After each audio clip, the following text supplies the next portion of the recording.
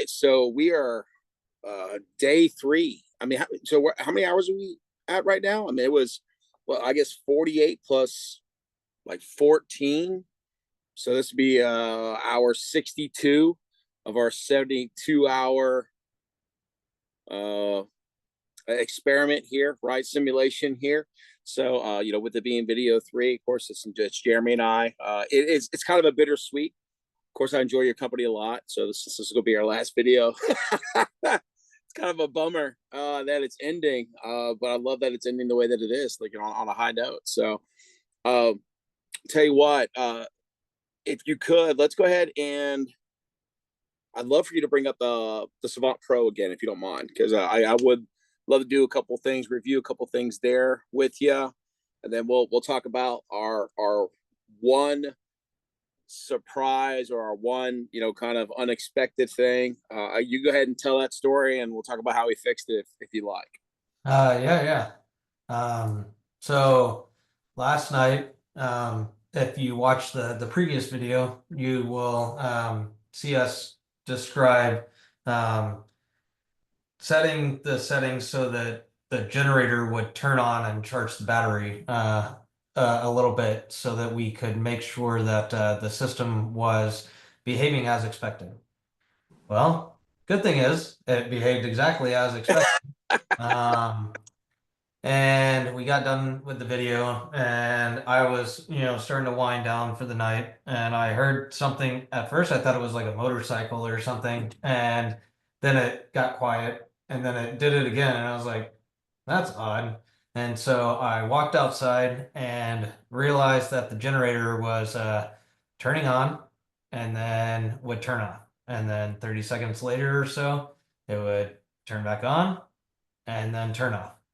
And so I was like, what is going on? This is really odd. So I end up calling Fred, and I was like, hey, what, you have any idea what's going on? And come to find out, there was a setting that we set for the test that I went to go put back to the normal value, and either I didn't save the setting change in the app, or maybe it got dropped on its way to the inverter. Who knows? But it was just a an unsaved change, or a change that didn't make it to the inverter. And so after 1 minute worth of troubleshooting, set those values back to the right settings, actually on the inverter, so I could make sure that it was, going to get those values. And then boom, everything started working correctly. And I was like, all right, if that's the worst hiccup during this whole thing, then I call that a success. Well, that's absolutely a huge win there. And just to have more clarity with it. Again, the inverter itself, this is something that's very very interesting about Solar-Ark and their, and how they built their model. Something that we really appreciate is it actually has the ability to control that generator. And so because it controls all mixes, it controls the grid, it controls the PV, it controls the battery and the generator. Everything really works together in a group, seamlessly. Only when you have the right settings in, like Jeremy mentioned a second ago. And Well, it was doing exactly what was set in the system. exactly. So it was behaving as it thought it should. The mistake we made, whether it was because it didn't save to the inverter, which has happened before. We've used the app, and for some reason, one reason or another, hasn't gone to the inverter. Or if you don't save it, it'll do this as well. But what had happened was we told the generator to cut on at 62%, and his battery had actually gone down to 62%. Now, this is before we brought it back to the settings it was supposed to be at. So we had it cut on to 62%, but because, if you guys saw the video last night, we told it to stop charging at 40 or 45%. It was like, all right, cut the generator on to 62. Oh, we're past 62. Let's cut this off. And basically, we ended up in that loop where it was starting and then cutting itself off. So again, quick fix. We put it to 15 like we had discussed the previous night. Everything was great with it. And, and like you said, I mean, that is our only only thing that happened, and it's definitely some type of, you know, remedy, redeemable, easily fixed thing. And that's a win. And so, I don't want to take up too much of your time. You've had a lot of time with me the last couple of days. Let's talk about the adventure. For you, one reason I wanted to come here is I'd like to see some of the changes that you end up making from where you were that first night. You actually put some thought into, your settings for the off-grid modes, and Mhm. then I'm pretty sure that at least you put some additional thought into once you get back on grid tomorrow morning at 7 a.m.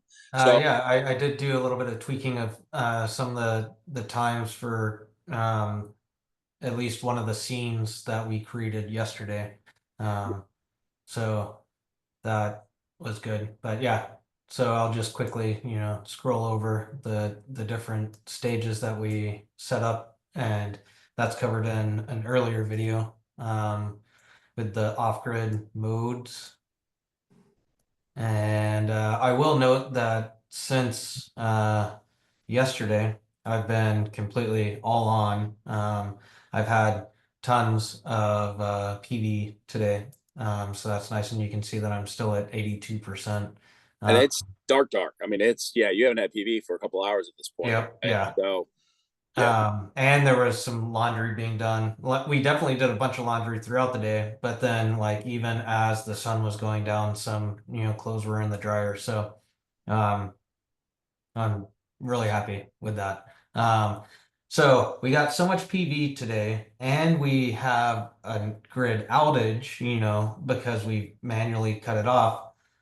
Um, the Tigos turned off, the sets of panels. yeah, they throttle back a little bit because you have Yep, battery. definitely Yeah, throttled back, and it throttled back the B group, which is, on the south facing side. It's the, second best group, especially for the second half of the day.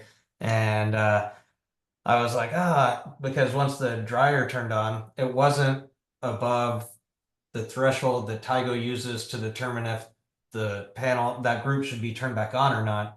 And right, so we were right there. I mean, it maybe changed 3%, difference right, in battery charge. But all right. But I know you're not seeing that 99%, 100% just drives you crazy. yep, yep, So, yep. and then I noticed that obviously, since we're off grid right now, the scenes that you put together, haven't been activated because this is an on grid scene. But I actually have seen these change throughout the day. I'm sure you. I noticed that as well. Yep. Yeah. So I mean, you are, really set up. And I don't know what changes you made here, and you don't necessarily have to go through them, but um, I thought it was great to see that those things were, it's all set up. So once you get back off, you're still going to get, um, the control that you want. It's all going to be automated like you like it to be, and you'll start saving money just with this. Again, it's part of your ROI, part of the power of the three things integrating with each other. Uh, Anything stand out in particular that you had a belief before we started this exercise and it's evolved and changed now? Like, was there anything that, because we've been talking about this for a couple of weeks, so I'm pretty sure you had some expectations. Was there anything that was different than you expected it to be? Yeah, there was something that was slightly different, and that was especially once we got to tuning which circuits are on, if we get low enough on charge. My confidence level has gone up greatly, that I will be able to continuously keep power to the house no matter what's going on. And that's not even including, the generator, fail safe that is there. Um, so much so that I'm like, why do I even turn the grid back on? Right. Well, we've talked about that before. All right, so let me go ahead and do the disclaimer. I do it for everyone. But by the way, you can do it legally. I can teach you how to do it legally too. It's a great point. So I'll teach you how to do that Hey, legally. maybe I tripped and hit the manual, Yeah, shut off for the grid, right. And then I Um, forgot to turn it back on. yeah, yeah, exactly. And then they'll come by and they'll go, hey, this switch happens to be down. Is there any problem with that? Especially, not to be funny, especially Centerpoint. They were fun. They were already fun, to work with. But so full disclosure for everybody, this is actually a common thing that comes up, okay, by the regulations of HUD, Home and Urban Development. House must have three things in order for it to be habitable. And those three things are water, electricity, and sewage. If you cut off any of those three services, this house is considered condemned, no longer habitable, and which is why we can't disconnect. However, let me put a little caveat in there for you, Mr. Sir. So, I don't know if you noticed, but there were four settings. If you go up, go all the way up. Yeah. Mm-hmm. Yeah. As far as your modes, okay? Mm-hmm. So right now you're power outage. Go ahead and click that. There's off grid. You could be off grid. Technically, in off grid, you are still hooked up to the utility. So you can live off grid if you like it. Now the only reason why we didn't use that one with this is there is a limitation to off grid, which there are settings inside of the Power and Light app that say, okay, if my battery gets down to this level, I will now go from off grid to on grid. So that's why there's a difference between power outage and off grid, is that it does have that failsafe. So no grid is available the entire time. But yes, you can go off grid anytime that you want to. It will simulate an outage like this, but it has that, that base that you set the Power and Light app to say, okay, this is what I want to come on. That's why the four energy scenes are exactly the same for both of them. Hey, I'm glad you just mentioned that because I think that might be the default mode that I put the app in, so that it is, not pulling from utilities unless it absolutely needs to. And then that's what would happen is when it's in the off grid mode, if it's 4 a.m., 5 a.m., and your battery reserve goes down and whatever pre number we put there to say it's 15%, like we've had for everything else, maybe 20, maybe 17%, whatever you want it to be, it will go ahead and switch back to the utility. And Yep. so you would not end up waking up in the middle of the morning and go, oops, I made a mistake here. Yeah. That's So awesome. so no, that is available to you. As far as I know, that meets every single one of HUD's regulations because technically you are still on grid with having that on. Nice. Good to Okay. know. Okay, right. Yep. Ask, right? Just ask the questions. All right. And then I guess the only other thing I was hoping to check out with you was, yeah, I saw your schedule today, and it looks like you made literally no changes at all. I mean, 7 a.m. I think you went to all on, Yep. and then that was it, right? If you go to the Yeah. message center there, Yep. Yeah.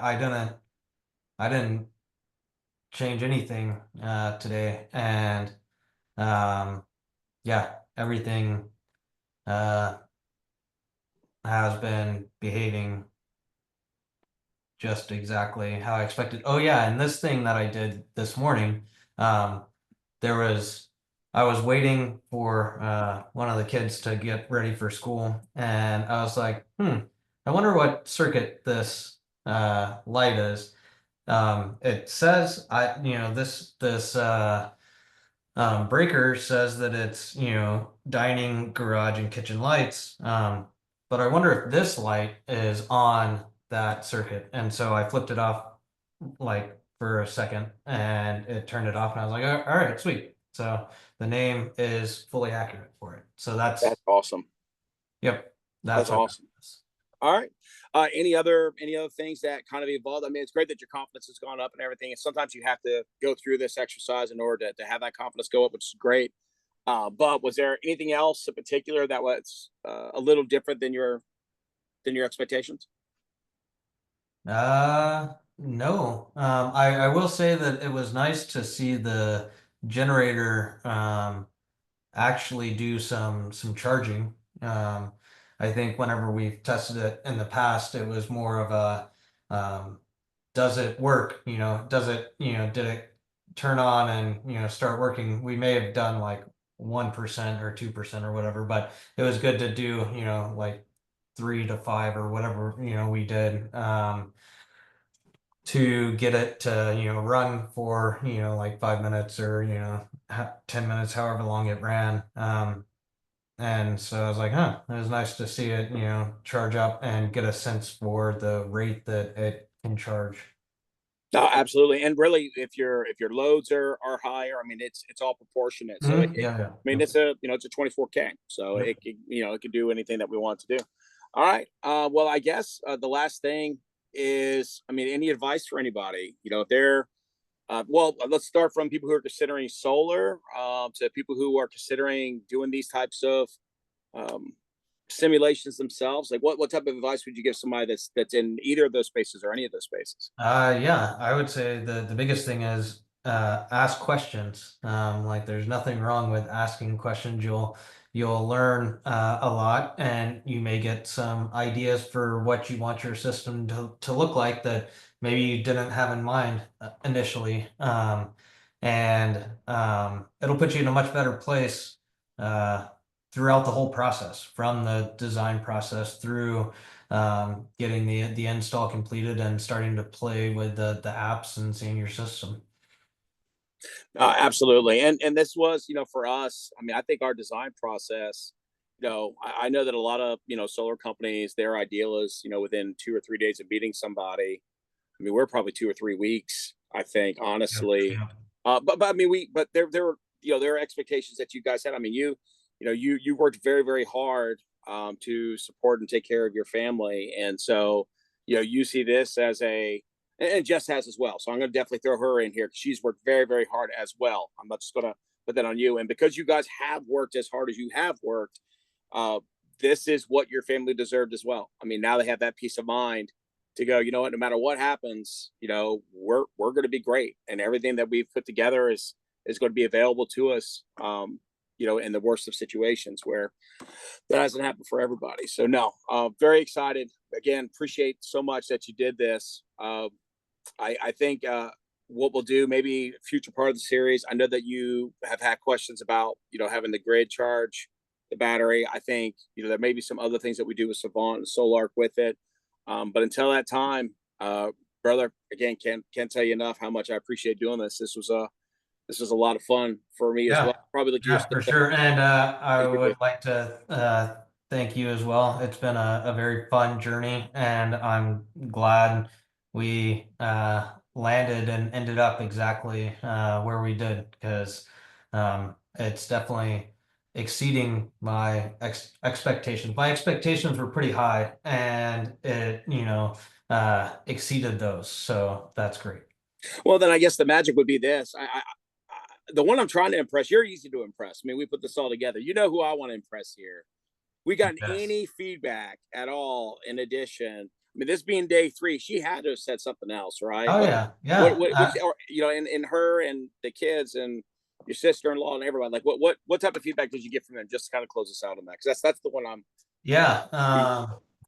The kids, I told them, and they're like, "Oh wow, really? We've been, completely off the grid." And so, they were just kind of shocked that they haven't noticed at all, that we are not pulling any power from the grid. And then Jess made another comment whenever we got home. Well, she made a comment whenever we got home yesterday, and we were still at, um, I think, around 65, 67%, somewhere around there. Um, Right. and she was like, wow, impressed that the battery is where it's at, especially considering, how cloudy it was today. And then today, she went to run an errand, and she was like, "Oh, today's a sunny day. You can tell because we're already at, we were at like 98% at that point, and it was around 11, this morning." Absolutely. No, yeah, I noticed that. I think your batteries are full by 12:30. And Yep. that's one thing that drives you crazy because all that extra goes to you too, which is I know why you want to be off grid. And I will say, if you decide to do the off grid, because I know you'll probably, not to be mean, but you do it out of spite. Like, hey, you're not giving me full value for my power, other than I give it to you at all. I understand. But you do get a little bit for overproduction. All right. So anybody that feels that way, they're, they don't give you 100%, but they give you a couple bucks. And so you'll be sacrificing that couple bucks, but sometimes our spite is worth more than. So I do have a question for you on that. Oh, sure. Let's do it. So with the um, off-grid mode, is Yeah. that what it was called? Yes. Yeah, off-grid mode. Does it allow uh, like the excess production to go back to the grid, or does it treat it just like a power outage? It treats it pretty much like a power outage until you hit the percentage. Gotcha. Okay.